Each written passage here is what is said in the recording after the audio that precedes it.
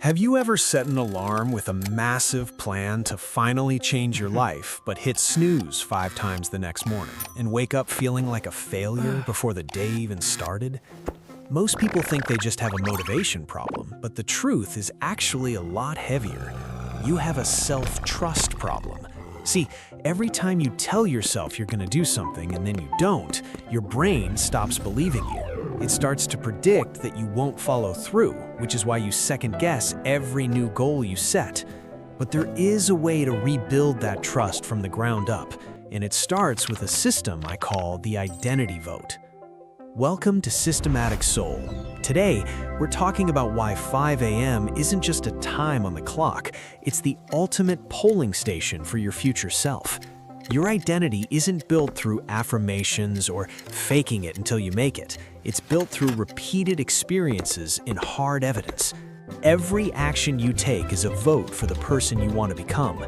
When you win the morning, you aren't just gaining time, you're providing your brain with the proof it needs to update its prediction about who you are and what you're actually capable of handling. The first step in this system is treating your alarm clock like a daily contract.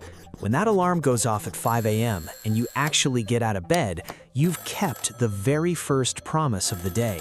This is huge because your entire life is built on how often you keep your own word. By not hitting snooze, you're casting a vote for the version of you that is disciplined and respected, not the version that almost tried. This one choice builds inner gravity, that unshakable pull toward your best self that makes it harder to drift back into old habits. Once you're up, you need a micro win within the first 5 minutes, and for me, that's making the bed. I used to think it was pointless, but it's not about being neat, it's about proving to yourself that you're capable of completing something immediately. It sets a standard for your space and your mind. Making the bed is that first bit of evidence that leads to macro discipline, because once that's done, skipping the gym or leaving dishes in the sink starts to feel criminal. Now, why 5 a.m. specifically? Because neuroscience shows your brain is up to 40% more focused in the first 90 minutes after waking. This is what scientists call flow-prone neuroplasticity, or what I like to call wet cement mode. Whatever you pour into your brain now is what sets. This is why step 3 is the no-scroll zone. If the first thing you touch is your phone, you're cementing distraction and reacting to everyone else's priorities. Instead, chug a glass of water to wake up your system. Think of it like a software update for your focus, and claim that quiet hour for yourself. The fourth step is mental realignment. In that 5 a.m. silence, before the world starts yelling, spend 10 minutes with your thoughts, your Bible, or your journal. This anchors you. Without this, you're just a malfunctioning robot being dragged behind the day's events. With it, you're the one actually driving the car. You're taking radical ownership of your internal state before you have to face the external noise. And finally, you have to move.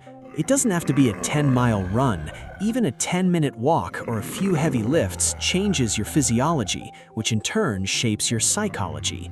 By conquering physical resistance before 8 a.m., the rest of the day's challenges just feel like details. Remember, you don't need a miracle mentor or a lottery ticket to save you.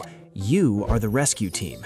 If you stack these intentional hours, you're gaining 365 hours of self-mastery a year. That's how you look in the mirror 5 years from now and realize you've built a completely different life. If you're ready to stop making excuses and start casting votes for your future, smash that like button and subscribe for more systems to rewire your mind. Drop a 5 a.m. in the comments if you're setting that alarm tonight. Thanks for watching, and I'll see you in the next one.